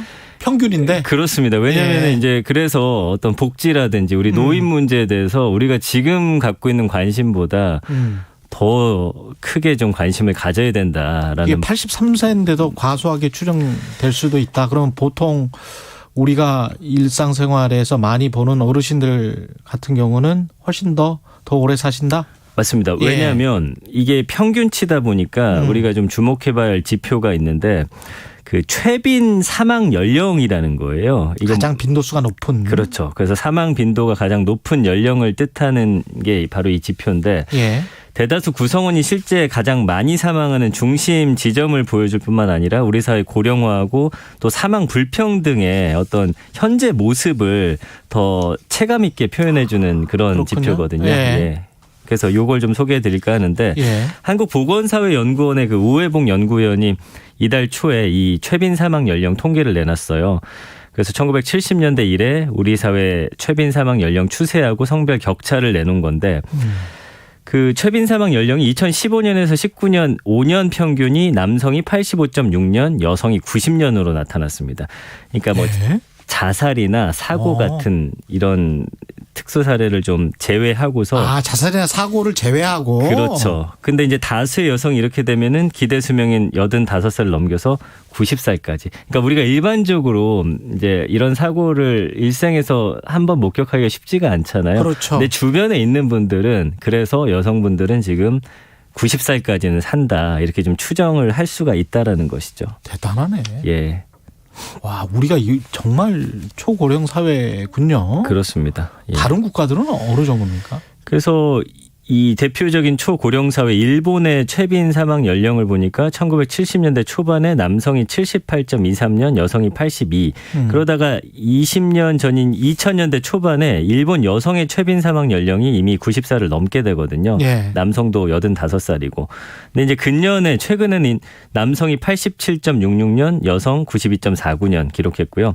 프랑스는 같은 기간에 남성이 88.16년, 여성이 91.18년. 뭐 미국은 86년, 여성이 89년. 비슷합니다. 거의 이제 90세까지는 최빈 사망 연령. 산다라는 것이죠. 소타임님이 요즘은 70세도 시골 가면 막내입니다. 뭐 이런 말씀하셨는데. 맞아요. 그래서 노인이라는 단어로 제가 키워드 분석했을 때 어르신들이 80은 넘어야 노인이다라고 생각하시는 분들이 가장 많더라고요. 80은 넘어야. 와, 진짜. 근데 또 건강하시더라고요. 그러니까요. 예. 60세, 70세 정도면 다 건강하셔서 네. 환갑잔치는 다 없어져 버렸고요. 맞습니다. 이 오래 산다는 게 축복이긴 한데 또 이게 가난하면 이게 굉장히 좀 힘들거든요. 그래서 예. 우리가 주목해야 될 부분이 그건 것 같아요. 대다수 한국인이 80살 언저리에 사망하는 게 아니라 이미 90살 가깝게 살고 있다. 그러면은 개인의 어떤 노후 설계나 건강보험, 국민연금, 이 고령기 사회정책 디자인도 이 나이에 맞춰줘야 된다라는 주장이 나오고 있는 거예요. 근데 아직 우리가 과연 이런 부분에 대해서 심각하게 생각하고 있느냐, 여기에 이제 좀 물음표를 던지는 것이죠. 그 생명보험회사들 고민이 많겠네요. 생명보험회사들 주가가 계속 떨어져 왔던 게 네. 사실은 이런 것 때문에 그런 거 아니겠습니까? 맞습니다. 맞습니다. 예. 갈수록 남녀 격차도 줄어들고 있다는 것도 좀 특이하네요. 옛날에는 뭐 남성, 여성이 굉장히 좀 격차가 많이 났었잖아요. 맞습니다. 그래서 70년대 보면은 남성의 최빈 사망 연령이 67.5세, 여성이 80.96세, 13.46년이나 됐어요, 격차가. 근데 이제 계속 줄어들면서 2000년대 초반에는 이제 거의 5년, 그래서 최근에는 4년까지 좁혀졌고, 기대 수명 지표에서 나타나는 성별 격차가 이렇게 된 걸 고려하면 앞으로는 더 좁혀질 것이다. 추세로 봤을 때. 예. 이런 좀 또 통계가 있고요. 그러니까 남자는 사고나 뭐 밖에서 일을 많이 한다 뭐 이런 것들 때문에 더 무슨 사망 요인들이 많을 수 있다. 과거에는 그랬었는데. 7, 80년대는 그랬죠. 왜냐하면 또 그렇죠. 어머님들은 주로 집에 계시고 그렇죠. 일하시고 또 술 담배 많이 하시고 뭐 등등의 술 담배. 스트레스 뭐 등등 하니까요. 예. 그런데 지금은 뭐 다 건강하게 사시는 분들이 많아서 이게 지금 다른 변수가 없다면 우리가 예상보다 훨씬 더 오래 살 수 있다는 게 그렇죠. 확인이 된 거고. 네, 그래서 이제 기대 수명이 통계청이 해마다 발표하는데 최빈 사망 연령은 아직 좀 공식적으로 내지 않고 있어서 여기에 대한 좀 관심을 갖고 문제는 이 나이 또한 양극화가 있어요. 교육 수준에 따른 그리고 소득 수준에 따른 이 부분을 좀 좁혀가는 노력이 필요할 것 같다라는 생각이 좀 들기도 하고요. 예. 교육 수준, 경제 수준 그다음에 그런 것들이 영향을 분명히 미치겠습니다. 네, 그래서 최근에 이제 보니까 고졸이냐 아니면은 뭐 대졸 이상이냐에 따라서 대졸 이상의 남성은 고졸 이하의 남성보다 4년을 더 오래 살고요. 대졸 이상의 여성은 고졸 이하 여성에 비해서 2년 정도 더 오래 사는 걸로 나오거든요. 이 교육 수준별 사망 격차가 1985년에 남성은 6.8년, 여성인 2.92년이었어요. 그래서 이제 그 줄어들고는 있는데 아까 말씀드린 대로 남녀 격차나 다른 격차에 비해서는 아직도 큰 수준이고요. 그래서 교육 수준이 낮은 계층은 높은 계층에 비해 수명도 짧은데 특히 이제 고학력층에 견줘서 사망 시점이 특정 구간에 좀 집중돼 있지 않고 더욱이 건강이 좋은 상태에서 보내는 건강 기대 여명도 좀 짧다. 그러니까 이 평균치를 좀 맞추기 위한 우리 사회의 좀 노력이 필요하지 않을까라는 생각이 좀 드네요. 예. 정말 복합적인 거네요. 예. 교육, 임금, 뭐 주거, 뭐 어두운 곳 반지하 같은 데 살면 아무래도 그렇습니다. 예. 건강에 문제가 생길 것이고. 그러니까 사실은 오래 사는 게 중요한 게 아니라 아까 말씀해 주신 대로 건강하게 오래 사는 게 중요한 거거든요. 마지막에 이제 아픈 기간을 최소화시키면서 그런 쪽으로 이제 우리 사회가 좀 더 집중할 필요가 있지 않나 라는 분석입니다.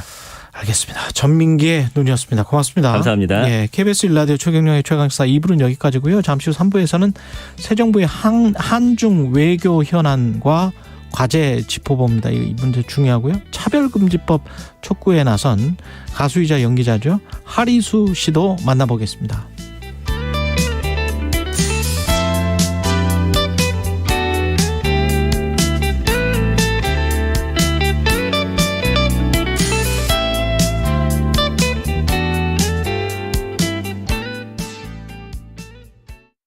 잠시 후 8시 반부터 일부 지역국에서는 해당 지역 방송을 보내드립니다. 그대를 만나고 그대와 마주보며 숨을 쉴 수 있어서 경제쇼를 만나고 경제쇼와 함께 할 수 있다면 우리의 삶은 달라집니다. 오후 4시 5분 홍사원의 경제쇼 여러분께 힘이 되어드리겠습니다. 다행이다.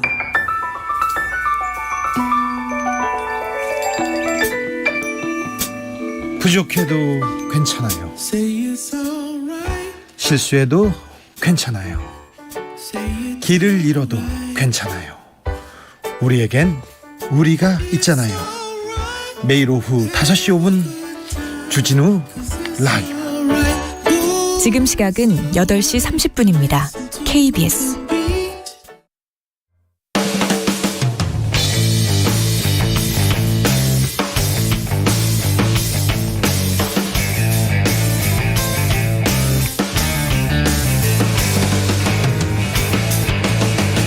최경영의 최강 시사. 네, 올해 한중 수교 30주년인데요. 중국의 왕치산 중국 부주석 한중 정상회담을 위해서 중국을 방문해달라는 시진핑 주석의 뜻을 윤석열 대통령에게 전달을 했었죠. 새 정부의 한중 관계 어떻게 모색해 봐야 할지 중국 정법대 문희련 교수님 전화로 연결돼 있습니다. 안녕하세요. 네, 안녕하십니까. 예, 교수님 지금 중국이십니까, 그러면? 네, 중국입니다. 아, 그러시군요. 중국 정법대학교 교수시고요. 윤석열 정부의 출범을 중국은 어떻게 바라보고 있습니까? 뭐 일부에서는 기대 반 우려 반이라는 표현도 쓰고 있지만요. 예. 솔직히 말씀드린다면 기대보다는 내심 우려가 크다고 보는 게 일반적인 평가일 것 같고요. 다만 이제 중국 정부 입장에서는 다소 이제 안도가 된다고 하는 점을 꼽고 있는 게 몇 가지가 있는데요. 예. 첫째는 이제 그 사드 재배치 문제를 대선 유세 과정에서는 윤석열 대통령이 이야기를 했지만, 예. 인수위 110대 과제 중에서는 빠졌다는 거. 그렇죠. 그리고 이제 그 대통령 당선 이후 첫 번째 외교 사절단을 접견을 싱하이밍 주 한국 중국 대사를 접견했다는 점. 이런 점 등, 그리고 이제 그 시진핑 주석과 곧바로 이제 전화 통화를 했다는 점 등, 이런 점 등등을 들어서, 한중 관계가 꼭 그렇게 우리가 예상했던 것처럼 나쁘게 가지 않을 수도 있다 하고 하는 그런 기대가 좀 있는 건 사실입니다. 예. 지금 기대나 우려나 이런 것들은 중국 언론의 어떤 기대나 우려인가요? 아니면은 교수님이 이렇게 알고 있는 중국인들의 기대나 우려인가요? 중국 언론에서 보도된 부분도 있고요. 예. 일정 부분은 제가 지금 중국 전문가들이라든가 중국인들을 통해서 느끼고 있는 그렇겠죠. 그런 대목들입니다. 예. 그 우려는 가장 우려했던 게 이제 사드 재배치나 뭐 이런 거였나 보죠. 중국 입장에서는. 사드 재배치는 하나의 그 표현이라고 보는 건데요. 예. 그러니까 중국을 윤석열 정부가 과연 어떻게 인식하느냐 하는 문제거든요. 그러니까 중국을 전략적 위협으로 보느냐 아니면 그렇지 않느냐 하는 점에서 이제 대중국 그 외교의 기조가 결정된다고 보고 있기 때문에. 그렇죠. 그 연장선상에서 사드 문제가 나온 것이지 꼭 사드를 재배치하겠다는 것이 그 하나의 그 외교의 그 원칙이 될 수는 없는 것 아니냐 하는 거고요. 예. 또 하나는 가장 우려하는 것은 사실상 미중 관계에 있어서 미중 관계는 첨예하게 대결을 하고 있는데 한국이 특히 새로운 정부가 이렇게 대미 외교에 크게 방점을 찍고 있기 때문에 예.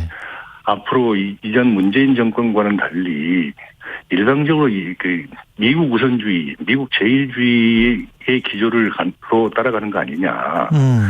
그런 점에서 가장 큰 우려를 하고 있는 것이죠. 그렇군요.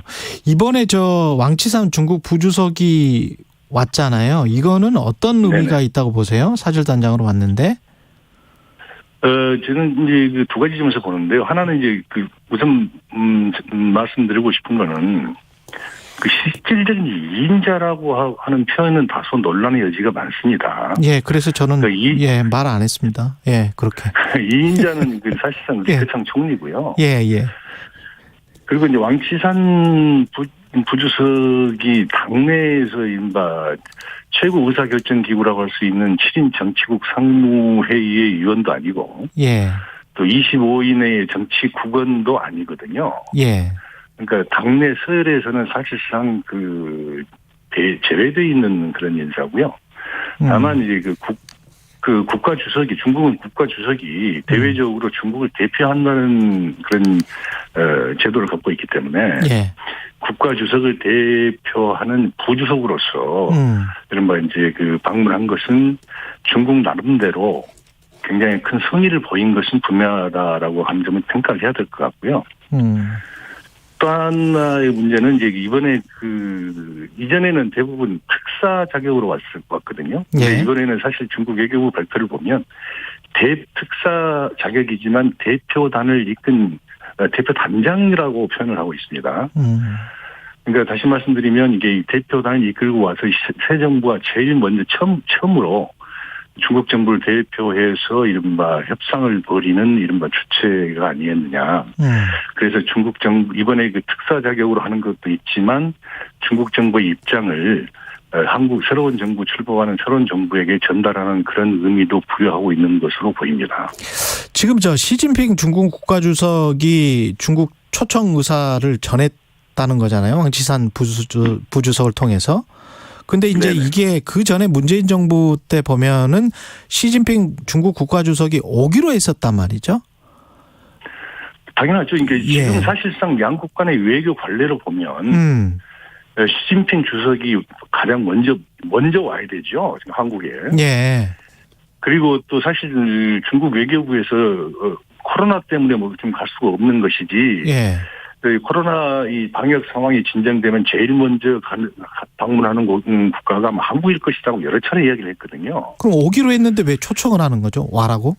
근데 그거는 이제 보기에 따라서는 본인이 올 수 없으니 한국이 먼저 와달라고 할게 이해를 할 수도 있겠지만 코로나 때문에? 코로나 때문에 그러니 일단 자신들의 입장, 자기들이 곧바로 가서 뜰 수 있는 그런 자리를 비울 수 있는 입장이 아니니까. 예. 그런 예의적인, 관례적인 차원에서 얘기를 한 거 아닌가 싶은데요. 예. 중국에 대해서는 큰 의미를 부여하고 있지는 않은 것 같습니다. 그 부분에 대해서. 그렇군요. 예. 왕 부주석이 5가지 건의사항을 공개를 했다는데 이게 이제 어떻게 보면 그냥 다 추상적인 이야기예요. 전략적 소통 강화, 실질적 협력 심화, 국민 우호 증진, 밀접한 다자 조율, 한반도 문제에 대한 협력 강화. 논란이 될 게 없을 것 같은데 어떻게 보세요? 방금 말씀하신 것처럼 양국 간 관계 증진 차원에서 거론됐던 그 이야기들이 총망라된 느낌인데요. 예. 눈에 띄는 건 4번과 5번입니다. 4번과 5번. 밀접한 다자 조율. 예. 그렇습니다. 근데 여기 이 중국의 발표를 보면 이렇게 되어 있거든요. 예. 다변주의와 자유무역 체제 수호를 강조했다라고 되어 있는데. 다변주의와 자유무역 체제 수호. 예. 이것은 중국이 이제 미국이 자국의 패권 유지를 위해서 미국 중심의 일극 체제를 견지하고 있다고 비난을 해왔고, 예. 특히 이제 중국을 배제한 공급망 재편이라든가 중국에 대한 경제 제재를 가하고 있는 것은 그 자유무역 체제의 기본 정신을 정면으로 위반하고 있다고 계속 비난을 해왔잖아요. 맞아요. 예. 맞잖아요. 예. 그렇게 보면 한국에게 너무 미국 편을 들지 말라는 중국 측 입장을 전달했다고 볼 수 있는 거고요. 그다음에 이제 마지막으로 5번째 이제 한반도 문제를 거론을 했는데, 예. 한반도의 남북한 화해 협력이라든가 관계 기선 지지와 같은 그런 표현들은 늘상 했던 이야기고요. 예. 한국과 협력해서 한반도 비핵화와 영구적 평화를 추동하겠다라고 이렇게 돼 있거든요. 한반도 비핵화와 영구적 평화를 추진하겠다. 평화를 추동한다. 추동한다. 예. 네네. 이 부분은 이제 한반도는 남북한이라는 두 개의 당사자가 있잖아요. 그렇죠. 근데 북한을 염두에 두지 않을 수 없고 특히 중국 입장은 더더욱 그런데 예. 한국과 협력해서 비핵화와 평화 체제를 추진한다고 하는 것은 굉장히 이례적인 표현입니다. 이 부분은 아마도 이제 북한이 비핵화에 동의를 하지 않고 있고, 예. 특히 이제 최근 미사일 발사 등과 같은 도발을 계속하고 있기 때문에 북한에 대한 일종의 경고를 담은 거 아닌가 하는 그런 해석들도 나오고 있습니다. 예.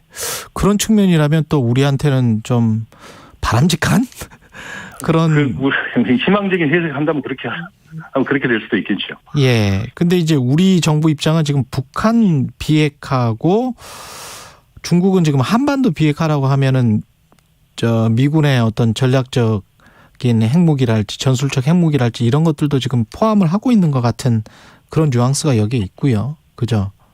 근데 이제 그거는 사실상 육자 회담을 할 때부터 예. 미국이나 다른 모든 국제사회에서 한반도 비핵화라고 표현을 했지. 예. 북한의 비핵화라고 표현한 적은 한 번도 없습니다. 그렇죠. 근데 윤석열 정부에서는 이제 지금 북한의 비핵화라고 지금 계속 명시적으로 이야기를 하고 있기 때문에. 그렇죠. 이제 그 대목은 아마도 이제 구체적인 사안에서 부딪히게 되면 아마 중국과 한국의 크게 이제 그 입장이 갈리는 대목이 아닐까 하고 저는 그렇게 생각을 합니다. 그리고 아까 자유무역 수호도 사실은 미국과 유럽이 지금 새로운 WTO를 생각을 많이 하고 있고 그때 WTO는 공정무역이거든요. 지금 미국과 유럽이 생각하고 있는 거는 자유무역 중국이 지금 지적재산권을 비롯해서 굉장히 많이 침탈을 하고 있는 불공정 무역을 하고 있기 때문에 이거를 공정무역으로 바꾸는 새로운 WTO를 생각을 하고 있는 것이고 중국은 오히려 이제 그 과거처럼 자유무역 그냥 하면 되는 거 아니냐 뭐 이런 입장인 거네요. 지금 보니까. 그렇습니다. 그러니까 과거에 WTO가 표방했던 그 원칙대로 그리고 그 운영 방식대로 해야지 이걸 일방적으로 바꾸는 것은 이거는 동의할 수 없다 하는 게 중국의 입장입니다. 그렇습니다. 미국은 지금 룰을 바꾸려고 하고 있는 것이고요. 국제 무역 체제 룰을. 네. 좀 미묘한 게 있는데 가장 미묘한 거는 결국은 이제 한미일 동맹 강화를 안보 협력을 어느 정도 깊이로 할 것인가 그게 중국한테 어떤 메시지를 주고 혹시 우리 경제 타격을 중국이 주지 않을까 그 선이 어디일까 뭐 이런 거잖아요 결국은.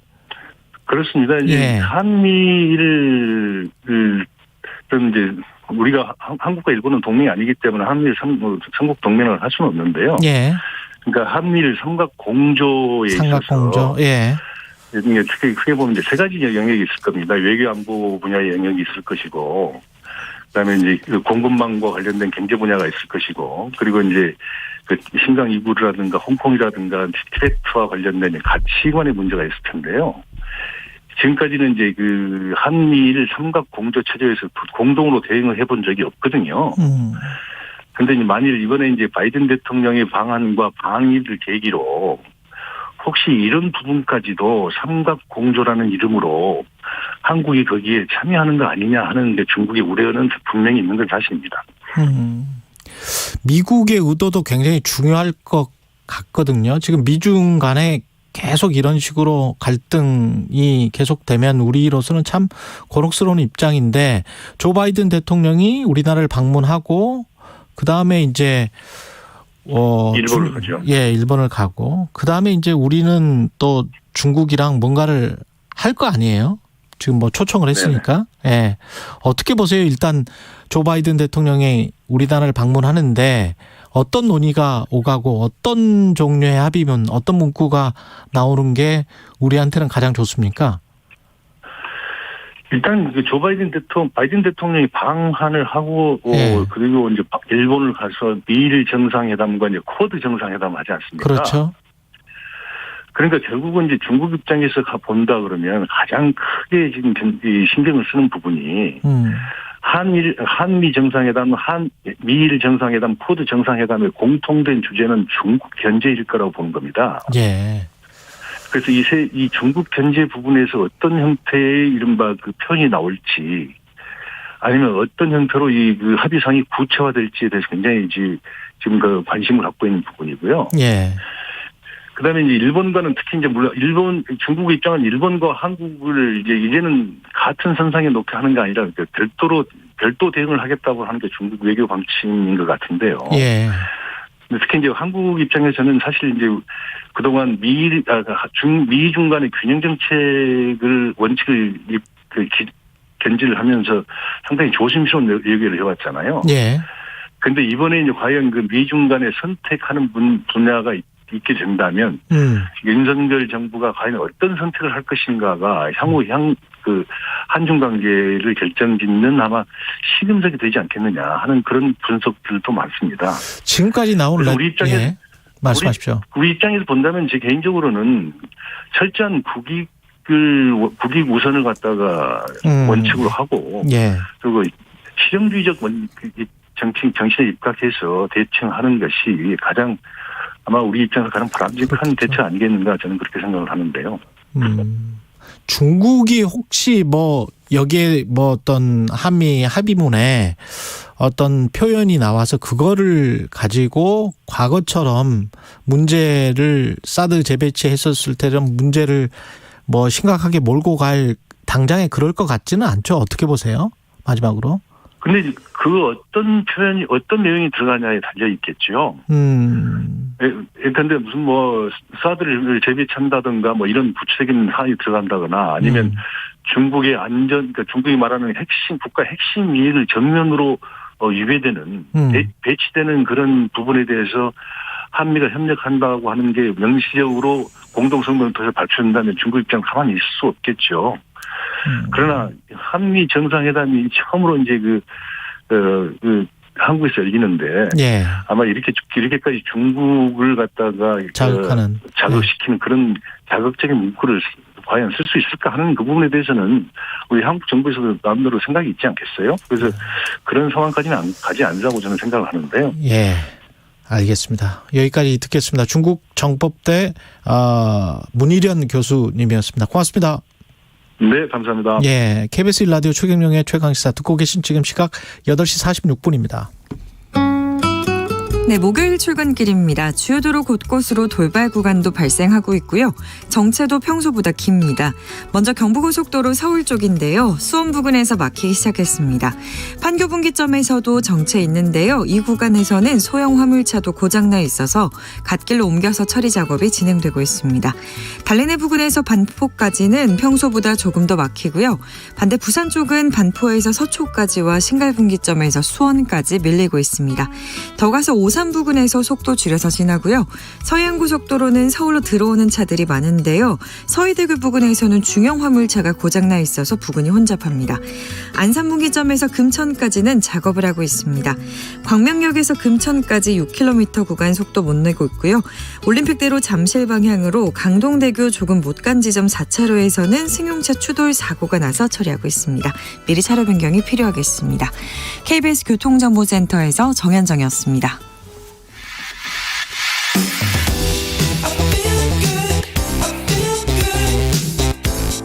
세상에 이익이 되는 방송 최경영의 최강시사. 네, 어제 방송인 하리수 씨가 국회를 찾았는데요. 민주당 지도부와 차별금지법 제정에 관한 공개 면담을 가졌습니다. 어떤 이야기 나눴을지 직접 들어보죠. 방송인 하리수 씨 전화로 연결돼 있습니다. 안녕하세요. 네, 안녕하세요. 예. 한 2주 전쯤에 이제 하리수 씨가 여야 지도부에게 차별금지법 제정 관련 면담을 요청을 했고, 이번에 이제 민주당은 응해서 어제 면담이 성사된 걸로 제가 알고 있는데, 대화는 잘 됐습니까? 네, 아주 좋은 이야기 많이 나누고 왔습니다. 예, 뭐 법 제정에 있어서 긍정적인 분위기였어요? 네, 이제 면담이 시작되고 나서 이야기를 나눠봤는데요. 예. 함께 해주신 민주당 지도부에서는 시작하자마자부터 밝은 분위기였고 좋은 분위기였어요. 하리수 씨는 어떤 이야기를 했습니까? 저요? 예. 저는 일단 제가 생각하고 있던 차별금지법에 대한 개인적인 생각들을 좀 이야기를 했고요. 예. 일단 차별금지법에 대해서 많이 좀 오해하고 계신 분들이 좀 많은 것 같더라고요. 예. 그래서 그 부분에 대한 거를 좀 이야기를 좀 했죠. 많은 분들이 오해를 하고 있는 게 어떤 부분이라고 생각하세요? 일단 차별금지법 하면은 생각하시기에 좀 차별하면은 뭐 성소수자 이렇게 해서 딱 그렇게 짚고 넘어가시는 분들이 많은 것 같아요. 예. 그래서 그거에 대한 잘못된 생각들, 또 이 차별금지법이 되면은 뭐 제가 몇 가지 이렇게 그 영상들을 좀 보게 됐는데요. 예. 차별금지법이 되면은 뭐 약간 뭐 성소수자뿐만이 아니라 아동 성애자나 뭐 이렇게 좀 성독탈증 그런 사람들에게 자유를 뭐 부여해지기 때문에 절대로 이게 되면 안 된다라는 그런 반대 의견들이 좀 있더라고요. 예. 그런데 그거는 사실 범죄지 자유를 주는 게 아니거든요. 그렇죠. 그건 범죄죠. 평등을 주는 게 아니거든요. 예. 그래서 그런 잘못된 생각들은 절대로 뭐 헌법에서도 그렇고 범죄를 용인하는 게 아니에요. 이 차별금지법 자체가. 그렇기 때문에 그런 걸로써 이 차별금지법을 해주면 안 된다는 얘기는 절대로 될 수 있는 얘기가 아니고 그걸로써 사람들을 현혹시키면 안 되는 거거든요. 근데 우리나라가 지금 헌법에 차별을 금지하라는 거는 헌법에도 뭐 이렇게 돼 있는데 따로 어떤 법이 만들어야 되는 이유, 핵심적인 이유가 뭐라고 생각하세요? 왜냐하면은 예를 들어서 노약자나 몸이 불편하신 장애를 가진 분이나 장애를 가진 분이시나 차별을 받고 있는 예를 들어서 직장 내에 그 정규직과 비정규직 그리고 계약직 같은 그 분들을 보면은 정규직들은 제대로 쉴 수 있는 그 휴식처가 따로 있지만 비정규직과 그 계약직 같은 경우는 따로 이렇게 제도가 마련되어 있거나 그런 장소가 없기 때문에 계단 한편에 그 모여서 쉬거나 그런 제대로 된 그런 것들을 받을 수 없는 상황이거든요. 예. 그리고 뭐 외국에서 이렇게 우리나라로 와서 결혼을 해서 살고 계시는 이주 여성들 그런 분들에 대한 모든 이런 차별에 대한 이야기예요. 이런 차별금지법 자체가 우리가 사실 그 노약자도 그렇고 장애인분들도 그렇고 그런 분들을 이렇게 배려를 해줘야 되는 이야기인데 그 배려에 대한 게 부족하기 때문에 이 차별금지법으로 해서 법을 제정해줘야 되는 이야기인데 우리가 배려를 해주지 않고 있기 때문에 이 법으로서 그분들을 보호를 해주자라는 그게 이 차별금지법으로라도 좀 보호를 해주자는 얘기거든요. 그 차별적인 요소 때문에 부당하게 해고되거나 또는 뭐 차별을 당하거나 뭐 이런 것들을 미연에 방지를 하자 뭐 이런 법이란 말이죠. 그렇죠. 예. 근데 거기에는 꼭 성소수자뿐만이 아니고 다양한 뭐 장애인이든 노인이든 뭐 나이 성별에 구애받지 않고 그런 말씀을 그렇죠. 지금 하시는 거죠. 그거를 마치 좀 마치 약간 그런 개인의 성생활 같은 그런 민감한 그런 걸로 둔갑을 시켜가지고 좀 이 차별금지법 자체를 변질시켜서 이야기하시는 분들이 있는데 그거는 잘못된 이야기고요. 그렇죠. 사실은 그런 게 묵인될 만한 사회가 아니잖아요. 그런 거는 개인의 성생활은 개인적인 이야기고 그리고 예를 들어서 그런 아까 얘기했던 아동 성애자나 그런 것들은 범죄지 절대로 이런 차별금지법에 들어가서는 될 일이 아니에요.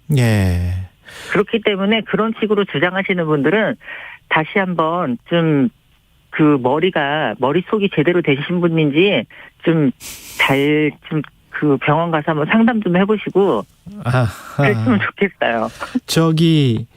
그 지금 말씀하시는 거가 이제 미국 연방 민권법을 보면 성 정체성에 대해서도 차별을 하지 말라. 이게 지금 좀 포괄적으로 돼 있기는 해요. 현재 지금 장애인과 연령, 성별 등에 대한 차별 금지법. 성 정체성에 대한 거는 예를 들어서 그 지금 성소수자에 대한 거지. 예. 아동 성애자나 그건 성 정체성이 아니죠. 그건 범죄죠. 그렇죠. 그런 범죄자를 옹호하는 이야기는 절대 아니죠. 예. 근데 그렇기 이제 때문에 그거하고는 관계가 없는 이야기예요. 근데 이 포괄적 차별금지법을 제정하게 되면 김현숙 여성가족부 장관 후보자 인사청문회에서 이렇게 이야기를 했어요. 포괄적 차별금지법을 제정하게 되면 사회적 파급 효과가 커서 신중한 접근이 필요하다. 네. 이 말에 담겨 있는 함의는 아까 말씀하신 고용 문제랄지 해고 문제에서 기업이 소송을 당할 우려가 있다는 것 같아요. 제가 느끼기에. 기업이 소송을 당할 위험이 있기 때문에 다른 분들한테 그러니까 무능력해서 나는 이 사람을 해고를 했는데 이 사람은 나를 어떤 차별적인 이유 때문에 해고를 했다고 역으로 이제 소송을 당해서 소송 남발이 될 우려가 있다. 뭐 이런 우려도 지금 이야기를 하고 있는 것 같은데요. 보니까. 그래도 최소한의 약자를 위한 보호 장치는 있어줘야 되지 않을까요? 약자를 위한 최소한의 보호 장치일 뿐이다. 예. 우리가 아무리 법이 있다고 하더라도 지금까지 편의점 알바생이 부당하게 그런 일을 당했어도 노동청에 고소를 해서 보호를 받는 경우가 많지가 않잖아요, 사실. 지금까지 그런 제도가 있었음에도 사실 법적으로 보호를 많이 받을 수가 없었잖아요. 지금 국민의힘 이준석 대표에게도 면담 요청했는데 안 받아들여지고 있습니까? 어떻습니까? 제 개인적으로 이준석 대표 국민의힘 이준석 대표님이 국민의힘의 대표님의 자리에 오르기 전에 개인적인 친분이 있었는데 시간이 지금 20초밖에 안 남았어요. 예. 네, 면담을 안 해주시더라고요. 안 해주셨다. 알겠습니다. 지금 좀 정리를 해서 말씀드렸으면 좋을 것 같은데 변인수 전 하사 강제 전역 같은 경우도 이 차별금지법이 있었으면 안 일어났겠죠. 예. 방송인 하리수 씨였습니다. 고맙습니다. 코로나19로 시행되었던 실외 마스크 의무 착용이 일부 해제됐습니다. 이제 혼자 조깅을 하거나 3-3-5 모여 산책을 하는 등 50명 미만 사람들이 모이는 실외 장소에선 더 이상 마스크